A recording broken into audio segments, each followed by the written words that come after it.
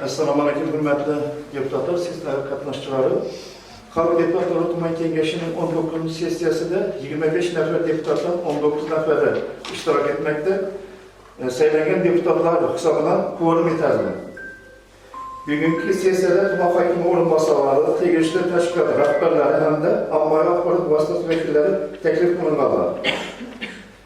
Sessiya ochilishmasi to'g'risida kimlarga taklif bor? Sessiya açılışında deputatlarning qo'l ovozlashlarini so'rayman. Rahmat. Qarshilar yo'q, betaraflar yo'q, qabul qilindi. Xalq deputatlari ushbu tuman kengashining 19-sessiyasini ochib deb e'lon qilaman. Hurmatli deputatlar, mahalliy davlat hokimiyati to'g'risidagi O'zbekiston Respublikasining qonunining 17-moddasiga muvofiq deputatlar orasidan sessiya kotibini saylashimiz kerak. Sessiya kotibligiga birinchi qo'shib saylov okrugidan saylangan deputat Sattarova Dinora Jumanazorovani saylash taklifi bor. Boshqa takliflaringiz bormi? Bo'lmasa sessiya kotibligiga Sattarova Dinora Jumanazorovani saylasin degan deputatlarning qo'l ovozlashlarini so'rayman. Qarshilar yo'q, betaraflar yo'q.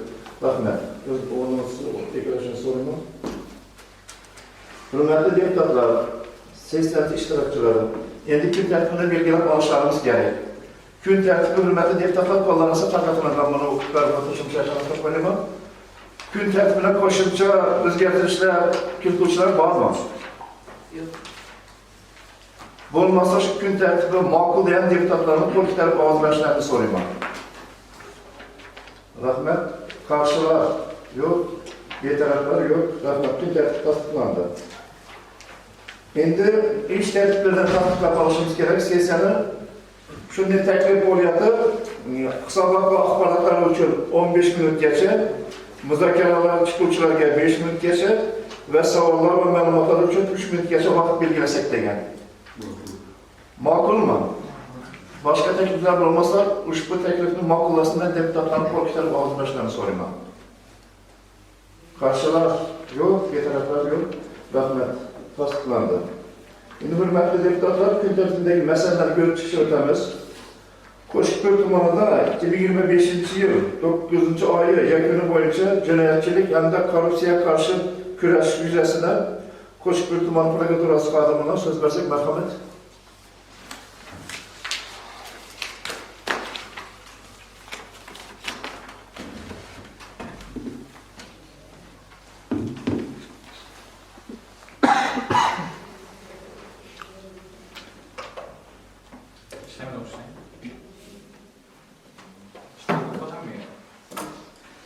Assalomu alaykum.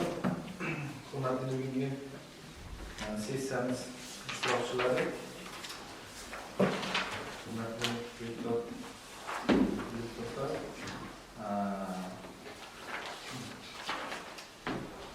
Men Qo'shko'l tuman prokuraturasi tergovchisi Usmonov Sirojiddin bo'laman. Bugungi ma'ruzamni korrupsiyaga qarshi jinoyatlar tergov qilinishi va tumandagi sodir etilgan korrupsion jinoyatlarni qisqacha to'xtalib o'taman. Barchamizga yaxshi ma'lumki, muhtaram prezidentimizning tashabbuslari va bevosita rahbarligi barcha sohalarda islohotlar amalga oshirilmoqda. Shu bilan birga korrupsiyaviy holatlarning oldini olish va korrupsiyaga barham berish bo'yicha ham tizimli ishlar amalga oshirilmoqda. Bu sohada amalga oshirilayotgan ishsiz islohotlarga qaramasdan Qo'shko'l tumanida ham ushbu illatlarga barham berilayotganligi bugun barchamizni tashvishga solishi lozim. Tumanda korrupsiya jinoyatlarini oldini olish borasida amalga oshirilgan ishlar haqida to'xtalib o'tadi. Sizlarning vaqtingiz olmasdan maqsadga to'g'ridan-to'g'ri ma'lumotlarni asosiy qismiga o'taman. Tuman bo'yicha sodir etilgan korrupsion va mansabdorlik jinoyatlari taqdim etilganida 2024-yilda 28 ta va joriy yilning o'tgan 11 oy davomida 12 ta holatlar aniqlanib, ular bo'yicha 2024-yilda 30 nafar, joriy yilda 15 nafar, jami 45 nafar shaxs jinoiy javobgarlikka tortilganligi achinarli qoldi. 2025-yilda javobgarlikka tortilgan mansabdor shaxslarning 3 nafari bo'lajak, 12 nafari tuman miqyosidagi xodimlarga to'g'ri keladi. Korrupsion jinoyatlar uchun javobgarlikka tortilgan shaxslarning 7 nafari o'zlashtirish va rastrata qilish, 1 nafari pora berish va 7 nafari boshqa toifadagi jinoyatlarni sodir etish. Javobgarlikka tortilgan shaxslar sohalar kesimida tahlil qilinganida ularning 4 nafari mahalliy hokimlikda, 2 nafari energetika sohasi vakillari, 1 nafari o'rmon xo'jaligi, 1 nafari sog'liqni saqlash, 2 nafari ta'lim tizimi, 1 nafari suv xo'jaligi tizimi, 1 nafari bandlik va boshqa sohalar hissasiga to'g'ri keladi. Muhtaram Prezidentimizning 2005-yil 5-mart kungi korrupsiyaga qarshi kurashish bo'yicha Milliy kengashning korrupsiyaning oldini olish bo'yicha ishlar natijadorligini va kelgusida ustuvor vazifalarga bag'ishlangan kengaytirilgan yig'ilishida berilgan topshiriqlardan kelib chiqib, tumanimizda korrupsiyani oldini olish, shu jumladan maishiy korrupsiyaga barham berish bo'yicha ishlar tizimli amalga oshirilmoqda. Xususan, yakunda tumandagi mavjud 33 ta davlat maktabgacha ta'lim tashkilotlari outsourcing tizimiga o'tkazildi. Bolalarning sog'lom ovqatlantirish va sifatli oziq-ovqat mahsulotlari ta'minlanishini nazorat qilish maqsadida barcha ta'lim tashkilotlarining oshxonalariga kuzatuv kameralar o'rnatish ishlari olib borildi. Kam ta'minlangan oilalarga bolalar nafaqasini va moddiy yordam tayinlash uchun arizalarni to'liq onlayn shaklda inson omilisiz qabul qilish amaliyoti joriy etildi. Pulli xizmatlar ko'rsatuvchi davlat tibbiyot muassasalari Zinget kassa moduli ishga tushirilib, to'lovlarni onlayn to'lash imkoniyati yaratildi. Ishga kirish va kasb tanlashda korrupsiyaviy omillarni oldini olish maqsadida umumiy ta'lim maktablari bitiruvchilar, o'quvchilar, tadbirkorlik subyektlariga biriktirilgan kasb-hunar o'rganish hamda shu sohada kelgusida mehnat qilish imkoniyati yaratildi. Qurilayotgan tizimli choralarga qaramasdan sog'liqni saqlash, ta'lim, bank, hokimiyat, energetika kabi yo'nalishlarda korrupsiya holatda yuqoriligicha saqlanib qolmoqda.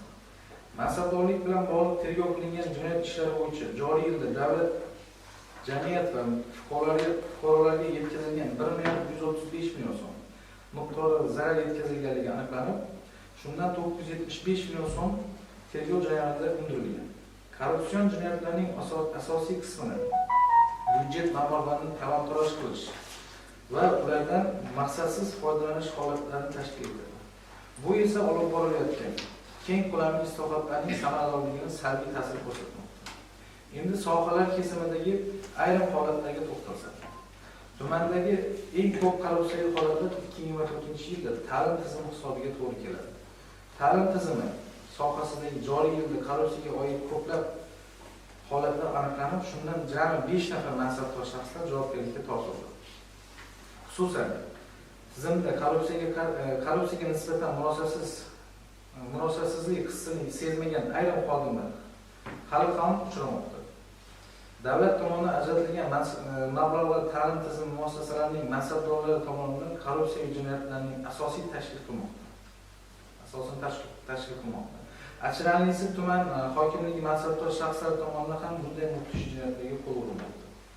Xususan, Qo'shko'pir tuman hokimligi qishloq va suv xo'jaligi masalalari bo'yicha o'rinbosari Davlat Qoraxi Islomovga tuman hokimligi zaxirasida bo'lgan Qo'shko'pir tumani M. Rahimov massivida joylashgan qishloq xo'jaligi yer xaritasining jami 51 gektar yer maydonlarini auksion savdolari orqali uning nomiga rasmiylashtirib berishni va'da qilib, evaziga hokimlik tizimidagi yuqori lavozimlarda ishlovchi mansabdor shaxslarga har bir gektar yer maydoni uchun 500 AQSh dollari, jami 25 ming AQSh dollari va dastlab hujjatlarni rasmiylashtirish uchun yana 50 million so'm berish kerakligini aytib, Q. Islomovni pora berishga da'vat qilib, Q. Islomovdan kelishilgan juda ko'p miqdorda 25 ming AQSh dollari va 50 million so'm pullarni firibgarlik yo'li bilan olgan vaqtida ashyoviy javoblarni tutaydi.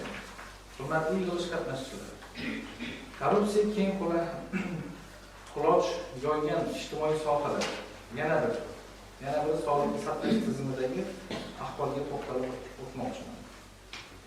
Ta'lim tizimidan keyingi o'rinda korrupsiyaga botgan tashkilot sog'liqni saqlash tizimi hisoblanadi. Xususan, Tizimda korrupsiyaga nisbatan muvozanatlik hissini sezmagan ayrim xodimlar hali ham uchramoqda. Davlat tomonidan ajratilgan mablag'lar davlat tibbiyot muassasalarining mansabdorlari tomonidan jig'ildoniga urilish korrupsion jinoyatlarning asosini tashkil qilmoqda. Shu davrda odamlar hayotini saqlab qolish, ularni sog'lomlantirish uchun ajratilgan 1,5 milliard so'mdan ortiq mablag'lar ayni maqsadsiz ishlatilmoqda. Misol uchun Qo'shko'pir tuman tibbiyot birlashmasining mansabdor shaxslari Qirol Sher Yulduzlar LShJ rahbari bilan o'zaro jinoyat til biriktirib, 2023-yilda 8 ta holatda 200 million 425 ming so'm, 2024-yilda 11 ta holatda 218 million 177 ming so'm, 2005-yilda 8 ta holatda 275 million 372 ming so'm har oyda davolangan bemorlarga berilgan taomlarning sonini oshirib ko'rsatib, bu yuzadan rasmiylashtirilgan har oylik hisob fakturalarga soxta ma'lumotlarni kiritish orqali jami 693 million 975 ming so'mlik byudjet mablag'larini rastrata qilish yo'lini talon-toroj qilib, mablag'larni o'zlashtirish va rastrata yo'lida talon-toroj qilishgan. Bundan tashqari, shifokorlarimizning bemorlarga dori-darmon buyurishi, ixtisoslashgan tekshiruvlarga yo'llanma berishni xolis tavsiya berish o'rniga bu jarayonni haqiqiy ma'noda biznesga aylantirib yuborganligi aholining xavfli noroziligiga sabab bo'lmoqda. Bu borada soha mutasaddilari tomonidan profilaktik ishlar talab darajasida olib borilmayapti. Davolash ishlaridan maqsad yurtimizning xorijda ishlab chiqarilgan bo'lar-bo'lmas dori vositalarini o'tkaziladigan bozorga aylantirish emas, balki tom ma'noda aholining salomatligini asrash bo'lishi kerak. Eng achinarlisi, sog'liqni saqlash tizimida biznesning yangi usuli o'ylab topishdi. Aksariyat shifokorlar davlatning nufuzli shifokorlaridan shifoxonalarda o'tirib olib, najot izlab kelgan fuqarolarning navbatdagi daromad sifatida ko'rmoqdalar. Bemorlar tibbiy ko'rikdan o'tkazilgach, jarrohlik amaliyotini o'tkazish uchun o'zi oldindan kelishib qo'ygan xususiy muassasaga yuborishadi va bemorga katta pul to'latib, o'zaro taqsimlab olishmoqda. Vaholanki ushbu jarrohlik amaliyotlarining ayrimlari davlat shifoxonalarida bepul o'tkaziladi. Ushbu soha vakillari bugungi tanqidlardan to'g'ri xulosa chiqarib, ish faoliyatini tubdan o'zgartirishlari lozim bo'ladi. Vaqt nuqtai nazaridan boshqa sohalar to'xtalishning imkoni bo'lmadi. Bu degani boshqa sohalarda hammasi joyida degani emas. Keyingi yig'ilishimizda ushbu sohalar bo'yicha o'tkaziladi. Ishonchim komilki, yig'ilishda ishtirok qilayotgan mas'ullar yana bir marta masalaning naqadar jiddiyligini o'ylab, ko'p ostidagi xodimlarning faoliyati ustidan nazoratni kuchaytirib, yurt farovonligi uchun halol va pok xizmat qiladi degan umidamiz. Rahmat. Mavzuga savollariniz bormi? Savollar bo'lsa, rahmat.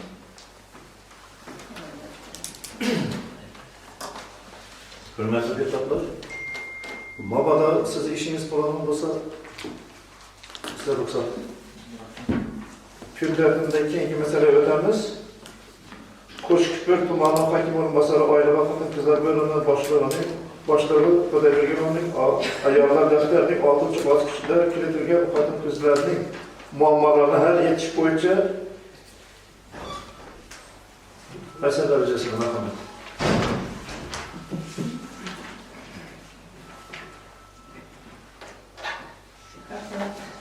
Hurmatli rais, assalomu alaykum.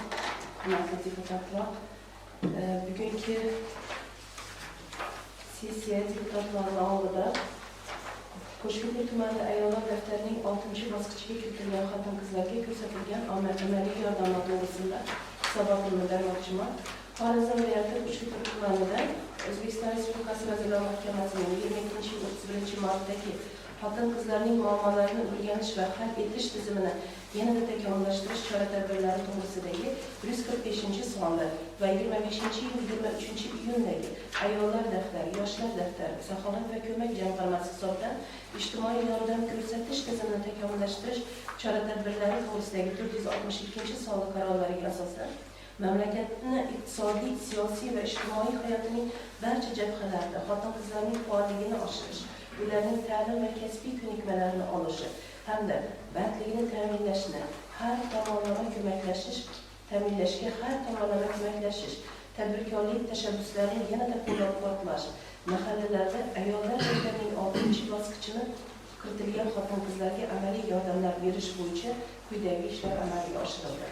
Jami daftari 5331 nafar ehtiyojmand xotin-qizlar kiritilgan. Hurmatli deputatlar, yolg'izlar biz o'tgan sessiyalarda har chorak yakuni bo'yicha hisobot beraman.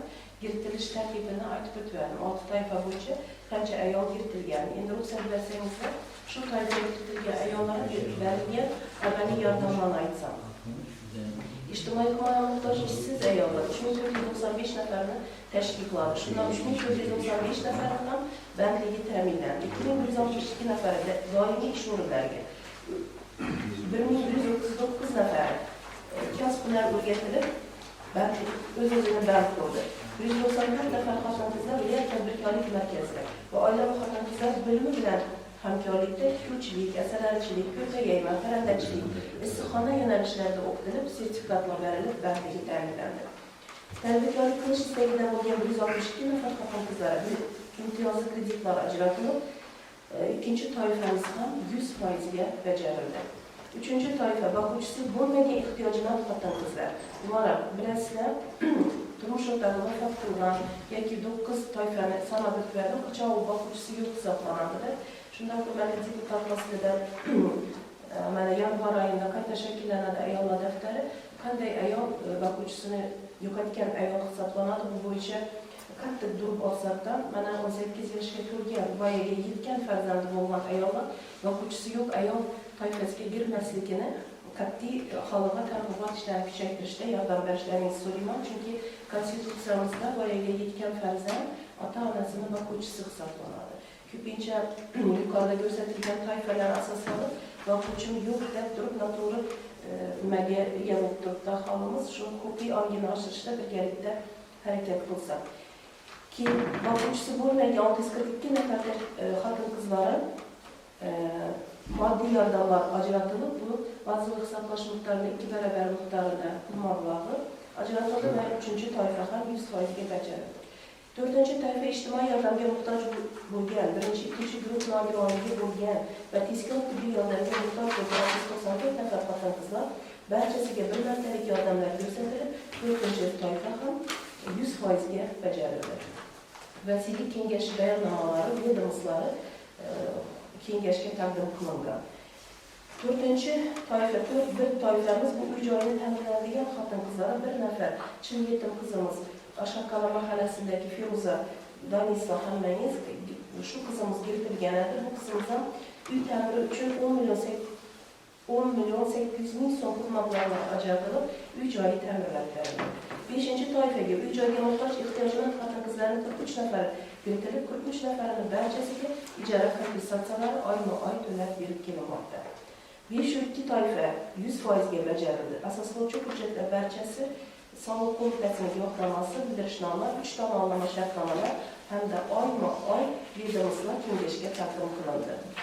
6-chi toifa qaramog'ida nogironligi bo'lgan farzandi mavjud ehtiyojmand xotin-qizlar toifasiga 295 nafar xotin-qizlar kiritilib, 295 nafaridan tibbiy, huquqiy, psixologik va moddiy yordamlar ko'rsatilib, 6-chi toifa ham 100% ga bajarildi. Xuddi bu toifani ham barcha hujjatlari vazirlik kengashi yig'ilishining bayonlari hamda to'lov vedomoslari kengashga taqdim qilindi. Joriy yilning 20-noyabr yakuni bo'yicha ayollar daftarining 6-bosqichiga kiritilgan 5331 nafar xotin-qizlarga qo'shimcha yordamlar ham ko'rsatildi. Jumladan 720 nafar xotin-qizlarga huquqiy yordamlar, 4207 nafar xotin-qizlarga psixolog va tomonidan psixologik yordamlar, 241 nafar xotin-qizlarga xotin-qizlar va ularning 98 nafar farzandlarining sog'lig'ini tiklash maqsadida tuman tibbiyot birlashmasi tomonidan bepul dori-darmon va tibbiy yordamlar ko'rsatildi. 17 nafar xotin-qizlarni davolash va dori-darmoni uchun 61 million so'm pul mablag'lari ayollar daftari jamg'armasidan ajratildi.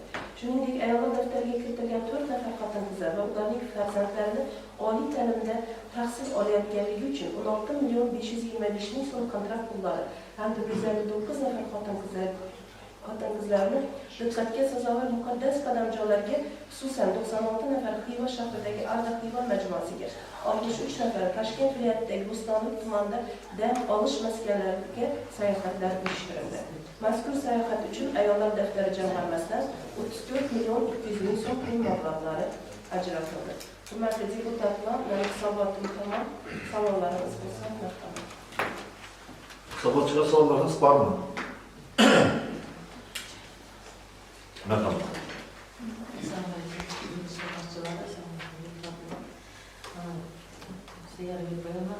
Hazır beva ayollar doğrusunu aytib o'tdingiz.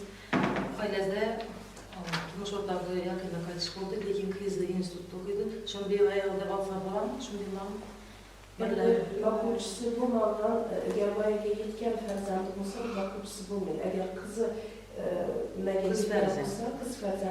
qiz farzandi o'zine yordam qilib beramiz.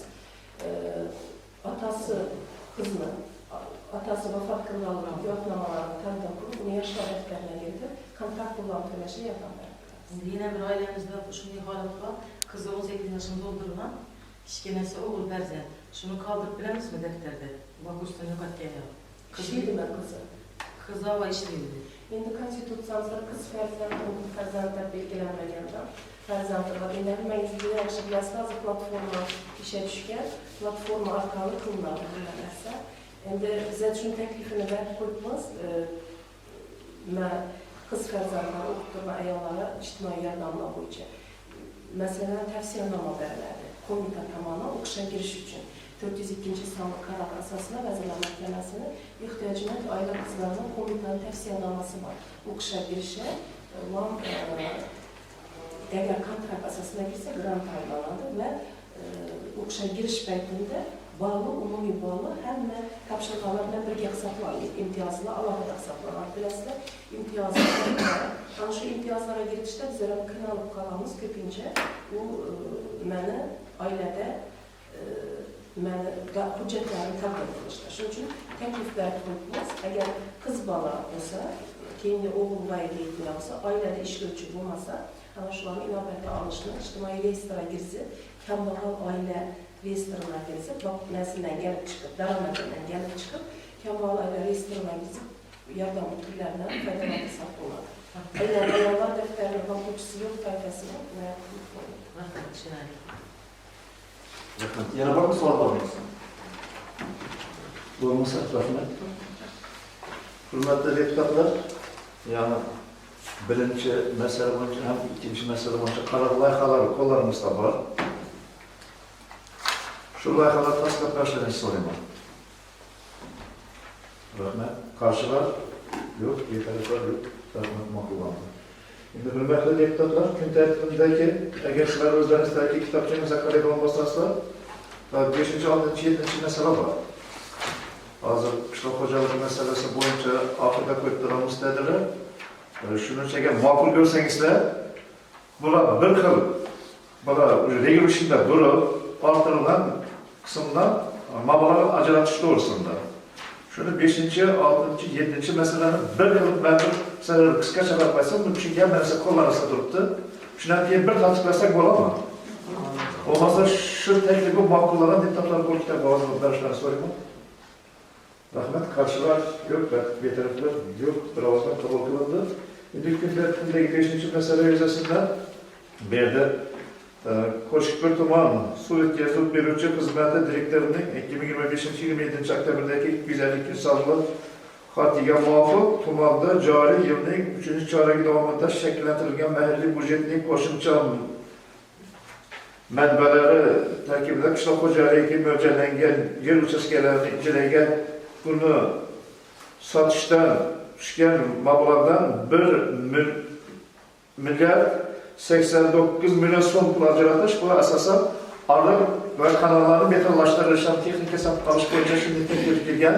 Bu 15 kun xalq muhokamasida durdi. Endi shu narsani tasdiqlab berishimiz kerak. Bunda xabarlarimiz bo'ldi axir. Keyingi masala bo'yicha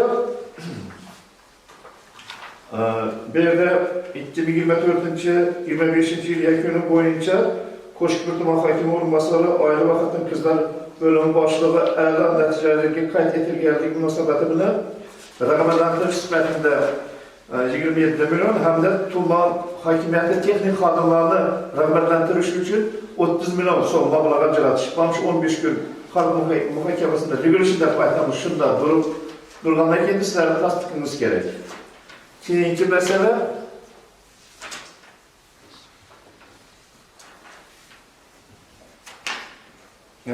bu yerda tuman hokimligini kompyuter sotib olish uchun 20 million so'm hamda tuman iqtisodiyot va moliya bo'limi xodimlarini rag'batlantirish uchun 23 million so'm ajratish bo'yicha xalq muhokamasini, ya'ni regulationda 15 kun turib oldi. Shu qarorlarni tasdiqlashingizni so'rayman. Bu bo'yicha taklif, fikr, savollariniz bo'lsa marhamat. Yo'qmi? Bo'lmasa ushbu yuqorida o'qigan qarorlarning qo'llanishda loyihalari bor. Buni o'rgandingizda, shu bo'yicha qaror loyihalarini tasdiqlab berishlaringizni so'rayman. Rahmat, qarshilar yo'q, deklaratsiyalar yo'q. Rahmat, o'zingizga qabul qildi. Hurmatli deputatlar, keyingi masala Qo'shko'l tuman hokimi qishloq va suv xo'jaligi masalalari bo'yicha o'rinbosari, tuman qishloq xo'jaligi bo'limi boshlig'i Hajimovning chorvachilik va parrandachilik yo'nalishi faoliyatida ko'rsatilgan korxona va fermer xo'jaliklarini qonun buzilish holatlari yuzasidan bizda taqdimnomasi bor. Shuni eshitamiz, marhamat. Assalomu alaykum.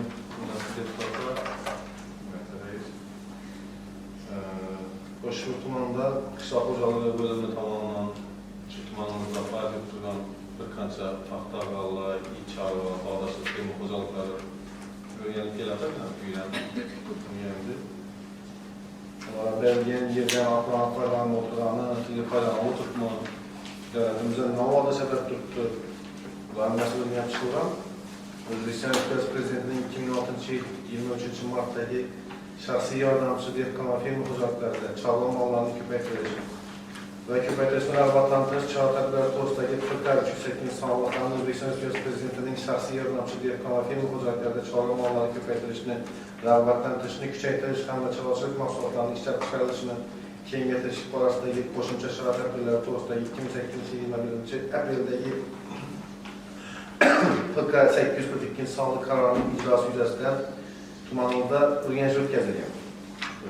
O'rganish asosida tumanda faoliyat yuritib turgan O'zbekiston hududidagi Oqsaroy, Ittifoq hududidagi Darband Chorva, Og'ajan Hayotbek, Nezros hududidagi Behruz Feruz, Ergashbek Davlat Moliyaviy, Toshkent hududidagi Shohkamon Servis yemchishi, Dovud Quyon savdo yemchishi, Ibrohim hududida Begzor Chezor fermer xo'jaliklari tomonidan chorvachilikni rivojlantirish maqsadida mavjud chorva va parranda mol boshqonlari sonlariga nisbatan ortiqcha yer maydonlari foydalanib kelinayotgani aniqlangan. Yer bor, shunga nisbatan mol yo'q, parranda yo'q. 100 gektar yer bergan bo'lsak, 50 gektarda mol bor, shunga yetadi. Vaholanki 50 gektarni o'zining shaxsiy manfaatidan foydalanadi. Hech qanday bir davlat tomonidan foydam kelmaydi. Tumanimiz aholisidan boqishimiz uchun go'sht ham yetishtirmaydi, sut ham yetishtirmaydi. Faqat o'zining shaxsiy manfaatidan. Ushbu fermer xo'jaliklari tomonidan chorva va parrandalarni asrash uchun hozirgi kungacha alohida binoga ega emasligi, mavjud binolarda chorva mollari oddiy usulda zo'r veterinariya talablariga zid ravishda saqlanayotgani aniqlangan. Bu sizlarga berilgan o'xshaydi. Tuman veterinariya xulosasidan asosan aytilgan, даже mol saqlaydigan tipoy molxonasi ham yo'qda. Shunday ayting. Yozligini duribdi ko'chada, qishligini albatta qish. Qayerda saqlaydi? Bundan tashqari tumanda faoliyat yuritib kelayotgan bog'dorchilik va uzumchilik yo'nalishidagi korxona va fermer xo'jaliklarida ajratilgan yer maydonlarida o'tkazilgan monitoring natijasida Nezros hududidagi Rasulbek Ayubxon fermer xo'jaligida 4 gektar ochiq maydon. 10 gektar bog' bo'lsa 4 ta ko'chat yo'q. Tap-tap shalay. Mirza Muhtar Fermi Xo'jaligida 2 gektar, Merdanbek Mahmud Fermi Xo'jaligida 10 gektar, mana 10 gektar. Sadullah Amir bog'lari emchishida 3 gektar. Jumanazov hududida Safo Ortiq Sadullah. Sadullah Imonjon Fermi Xo'jaligida 808 gektar. Rahimov hududida Yangilik intensiv dala Fermi Xo'jaligida 409 gektar. Toshkent hududida Diyorbek Dilnura Fermi Xo'jaligida 17-9 gektar açık meydan var. O'zi 20 gektar fermi. Shundan 17-9'unda ko'chat yo'q. Toshkent hududida Kamolbek Abzalbek bog'i fermi xo'jaligida 5 gektar, Emlat fermi xo'jaligida 7-3 gektar açık meydan borligi Urganch tomonidan aniqlandi. Shuningdek, ushbu fermi xo'jaliklari hisobidan mavjud bozorlar qarosi ahvolida begona o't bosilib, bog' qatorasiga hech qanday oziq-ovqat ekilmagan. Respublika rahbarining topshirig'iga asosan hozir davrda bundan bir oy burun bog' qatorasidan 90 bosda ekin ekilishi kerak. Yo'q, ish ferma xo'jaligini aytmayman, ko'chada ham yo'q. Yuqoridagilariga asosan O'zbekiston Respublikasi Yer kodeksining 36-moddasi 7-bandidan asosan yer uchastkalarini oqilona foydalanilganligi, shuningdek Yer kodeksining qishloq xo'jaligidan mo'ljallangan yerlarni berish bo'yicha 46-moddasiga asosan yer uchastkalariga bo'lgan huquqlarni bekor qilishiga asos bo'ladi. Tumanda qishloq xo'jaligi mo'ljallangan yer maydonlaridan maqsadli foydalanishni yo'lga qo'yish, qishloq xo'jaligi mahsulotlarini ishlab chiqarish, salmog'ini oshirish maqsadida ushbu fermer xo'jaliklari bilan tuman hokimligi o'rtasida tuzilgan yer ijara shartnomasining muddatini oldin bekor qilish bo'yicha sud organlariga da'vo arizalarni kiritish yuzasidan takliflarni ko'rib chiqib, xalq deputatlari ushbu tuman sessiyasida ko'rib chiqishda amaliy yordam berishni so'rayman. Shu sizlardan deputatlar menga iltimos qilaman, tuman hokimligi va qishloq xo'jaligi tumanidan kompleks rahbariyatiga ushbu fermer xo'jaliklarini bize sota vereceksiniz. Yerini bir tomonlama bekor qilish bo'yicha tuman hokimligi ijara shartnomasi. İşlerini nerede izah koydum şu mesela. Sen fikirlerinizi, sen tavsiyelerinizi işleriniz. Eğer sağlığı bozulma oldu. Maruzatçılı sağlarınız var mı? Hürmetli deputatlar, iş durusuna gördüğünüzde Bu belirgen en mezun farklı. bu bir yılki mez, 2 yılki mez, menimçe 5-10 yıldan belli şu hikayetine halat olsa gerekti. Bundan taşkarı şifremini kocalıklar müntezama yapantırgan. Ağzaki ağzına 10 metre yazmama yapantırgan. Köşetine, en mal başında oldu. Yeteğe cevapta şeyler yok. Öyle söyleyeyim. Ama mesela bir iptal edilmeye lazım. Yaşlara versen, kendim yaş biri nerede olan.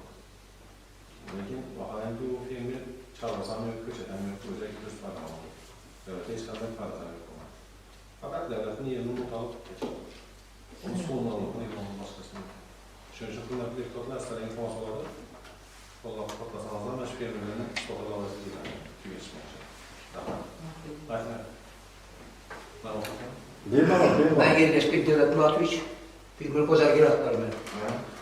Ben 2 armiyim başına hem var idi. Toğum. Hazır güneye ayıttırganımız Devlet Muratович okulda bedi. Toğlar bir ay burun keserler tuttu. Hazır ben doktorlarına gözettim, başka ettim. Şimdi bir hafta içinde dezenfekte edip, şavat bilen şartname edip, gelecek ben. Şuna bir hafta 10 gün muhlet verip dursanız da. Bir aydan bana düşüp, toğlarıma keserlerine koyup bana hiç etmeyin. 2000 yazıya toğum var yani. Hazır, o adam yani güvenemem deseniz, gözetemem.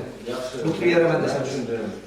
Müddetini, şu kanday verişini ne kıymetli doktorlarımıza Şu deputatlarda iltimas ettik maşallah. Ben Buradan iltimas ettik. Görgendim, kıldım, gördüm, eski adayla çabamandan ki mecbur oldu deputatlar. Deputatlar da karar çıkardı. Şu deputatlarda iltimas ettik maşallah. Teklif oldu. Yani şimdi bana batarmaz ki ben bizim fikrimi aytamam verdiğine bir şirkette firmalarımız, riskolarımız, oturttuğular fikrini alamız. Rahmet alamız inabata. Azı deputatlar olsa bundan kesilere savalım yok mu? Merhamet. Aytın. Assalomu alaykum. Meniki Oviga Şahkaman servis boyanchilik. Men bir ava pul berib 660 million pulum oldim. Shu pulim bitsa chavromni qo'yacakman. Yordam bering. Böyle devletin yeri var. Evvelen başından Viloyat prokurorunun izinden ham bormayan qamallar bo'lgan doğrusu. Bir navbat olib yordam bersangizlar. Kanunu buzmaslik ya. Malımı koyup malaman da tutmuş pulum bitsa. Mesela ben sizin oturacağınızı bilmeden başka Ahvalım için Maksat tuttuk. yerden aklarını faydalanar. Ahvalım için tuttuk. Manna. Yaxşı mı? Var İltimas. Yine fikirleriniz var mı? Sultan Nazarı'ya fikirleriniz var mı? Fikirleriniz var mı fikriniz? Şimdi eski hamam eski sağız. Evvelki şu probleme bulup geyadır. Bulanı koldan yiyince kollap kuvvetleşir. Çünkü dikançılıkta bir yıl, ziyona yetmek kaldı mı bir yıl yeter de. Ayram katalı 3 yıl, 5 yıl hatta reisi olmaytardı da. İzgar sürdün mü sen reis gidersenler atızın 5 yıl hasıl vermedi de baytadardı da. Şunun için bulanı kollap kuvvetla buraya tutursanız sen tecrübeliyse hatası olsaydı bilip kılsa ya aytkanını kırması keçirmesiniz de buladı. Yani su yetmek kalsa mı başkadır da yani lekin keyinki vakti az mı köpek fermerlere yani buladır. Bize kalkızda vaktimizde bir maşin darı toğup kesek hem bu aytadanırdı. Falan reis bir maşin darı toğup ketti oldu. Hazır dükkanlarda yatıptı. Doğru mu hazır? Bu tamalları yakşı.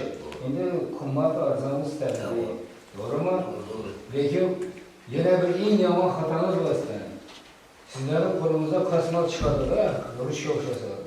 Yazmaysan, hüccetleştirmeysen, senin hizmetini kılada aldırıp gelip sana buyurup verir. Lekin hüccetleştirip koyar birinden hüccet yok senin. Doğru mu? Asmana kara bile var istedim. Senin şu hüccetten bırak kurup veriş gerek. Şunda bana seni bir yere varsan gerçekten ötedi. Bu masala asıl bilmeysen ötmeydi. Ben kengeç vaktinden şöyle kırıp bir yanım yok. Azaklıya beşimiz yazıva geldi aytamam. Koluna kasma çıkan bir adam koluna uşamışsın.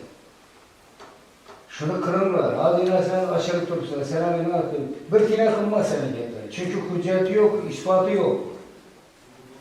Şulara bir yardım berine bular. Hazır hem okumuştu. Evvel yankı köşeden tutup gelip ben firmer etken vaktimiz bu var. Köşeden tutup gelip firmer etkemizde yer boş kalmasın diye.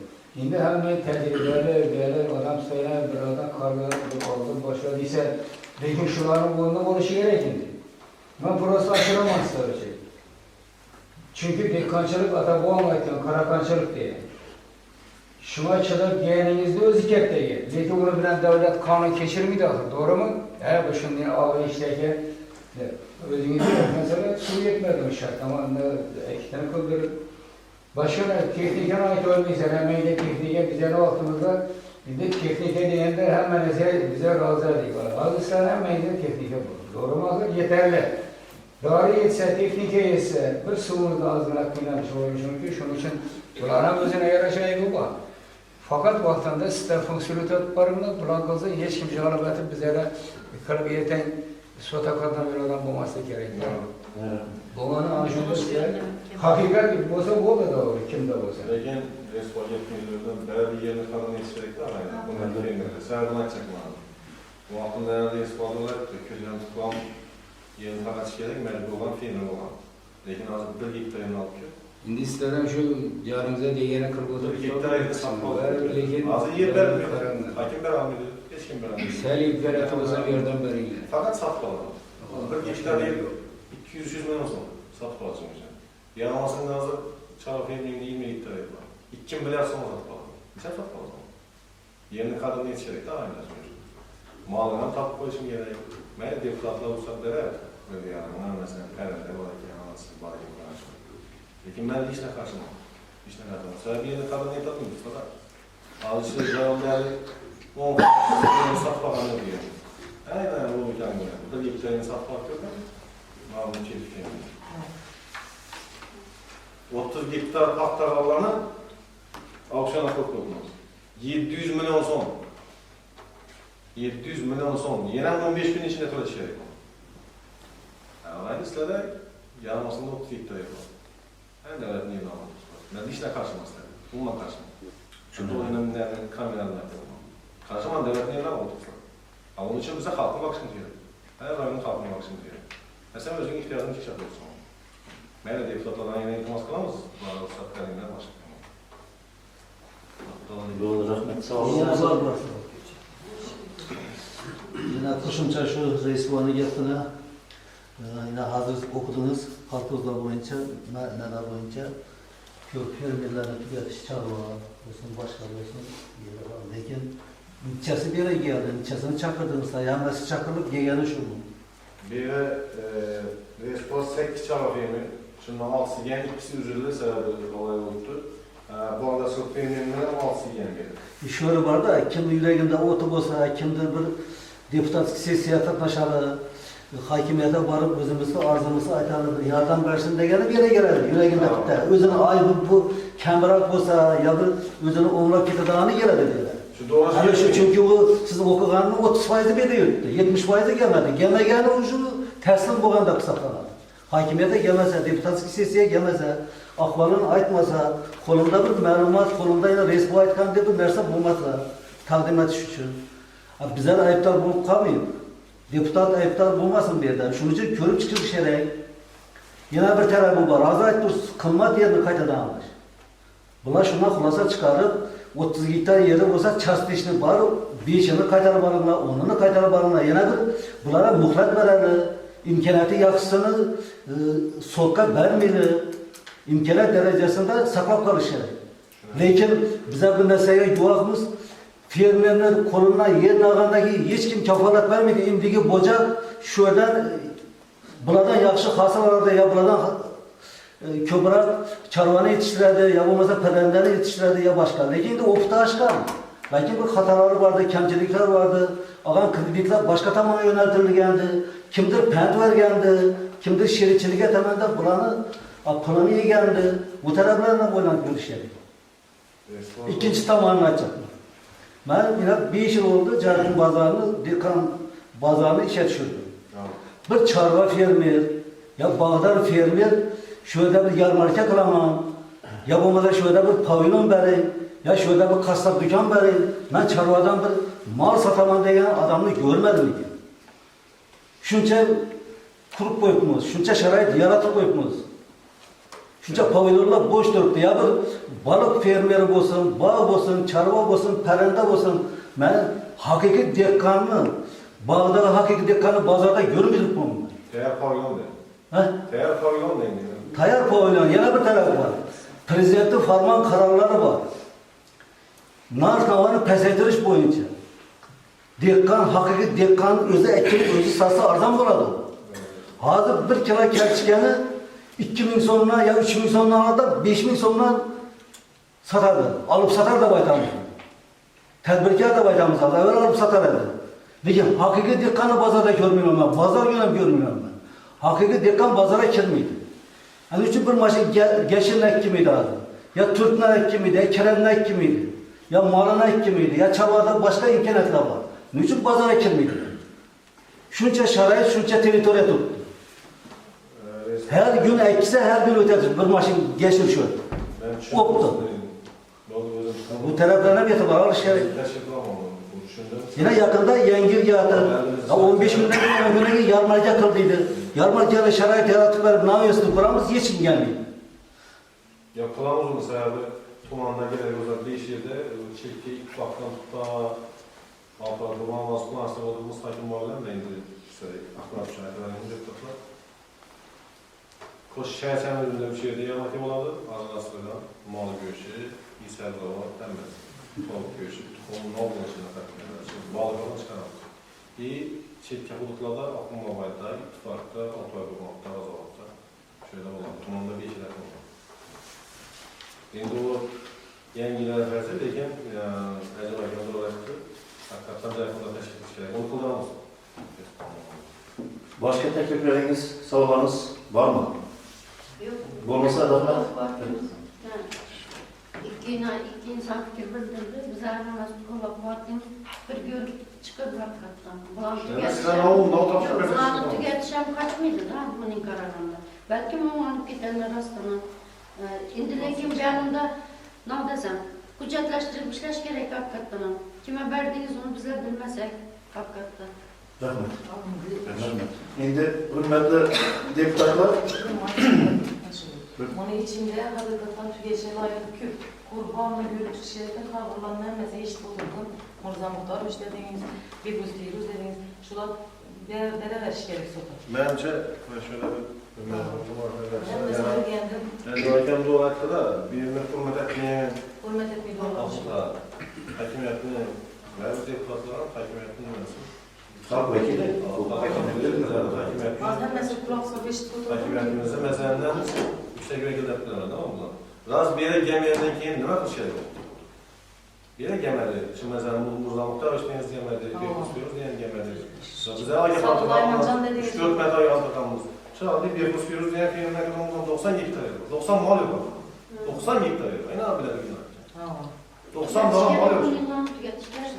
Ama şimdi 90 hektarın 3 tane lotar koysam şöyle 90 hektar patla gittiler. Yerden nçana işçi olur. İşçi olur. Şunun için hürmetli yapılayamaydı ama. Meyli, imkaniyet beriş gerek. Benim karşıma, bu normal çetten bir anda ekip koysam kaça alıp gider. Lekin rast kılmanın tüketip egelikini almak. Murza Muhtar uchinkidan berish kerak, sonra olish kerak. Acaba bir video uzatmam lazım. Bir de bir oturalım. Hürmetli deputatlar özden fikrimi aytılanda bazı aldığında bize deputatlar örgənib bize başlap şu fermer hocalık tüketilisinde karar kabul kılmalı. Bu vekillikte alındı azı bize. Dazı sorttan görülsün diye derseni bize vekilliğimiz yok. Bize takdimnamanı işittik. Hakikaten hakim orunbasarının takdimnamasını verdi. Şimdi bir yerde fakat son bize karar kısmında görsel koyulmaz. Kollarınızda bağlı.